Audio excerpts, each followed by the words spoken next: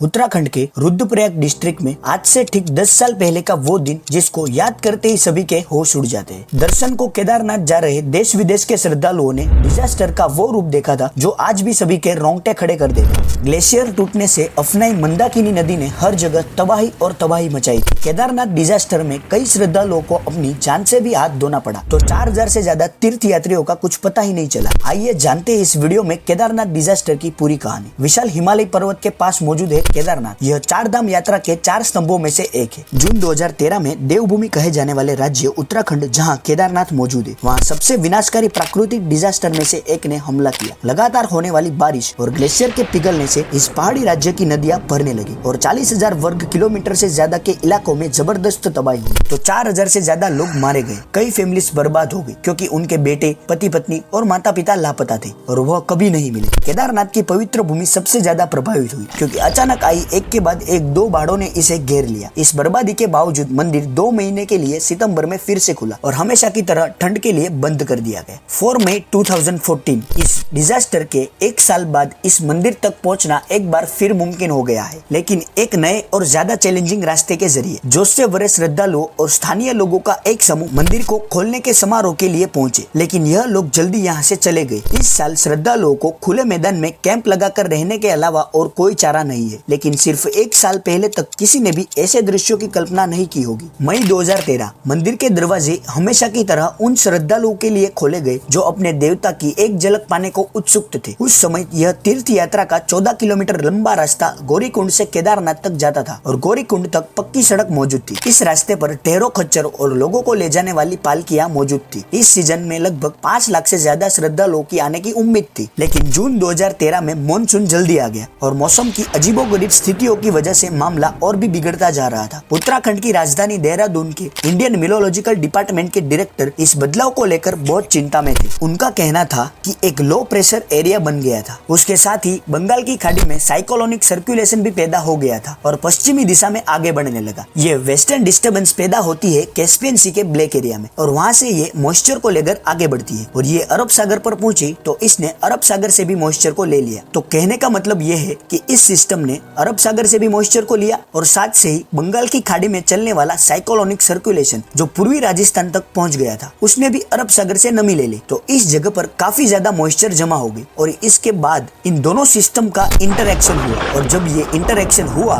तो इस सिस्टम ने अपना सारा का सारा मॉइस्चर हिमालय के हवाले कर दिया। और आमतौर पर जब यह राइट एंगल पर हमला करता है तो सारी की सारी नमी यमुना और गंगा के कछार इलाकों पर पहुंच जाती है। 16 जून की सुबह तक भारी बारिश होते हुए 2 दिन बीत गए थे, लेकिन फिर भी श्रद्धालुओं के जोश में कोई भी कमी नहीं आई थी। मंदिर के दर्शन करने वाला एक और परिवार अमित अग्रवाल का था। अमित राजस्थान की बूंदी से 8 लोगों के ग्रुप के साथ आए थे, जिसमें उनके परिवार के 4 सदस्य थे। इनमें उनकी पत्नी, 12 साल की बेटी और 7 साल का बेटा था। और अमित अग्रवाल का कहना है कि उस वक्त हल्की हल्की बारिश शुरू हो गई थी, लेकिन साथ में नॉर्थ से आने वाली जो हवा थी वह काफी तेज और ठंडी थी। उनका कहना है कि उनको कोई आइडिया नहीं था कि यहाँ कुछ होने वाला। मिलते हैं नेक्स्ट वीडियो में। Subscribe to our channel and thanks for watching this video.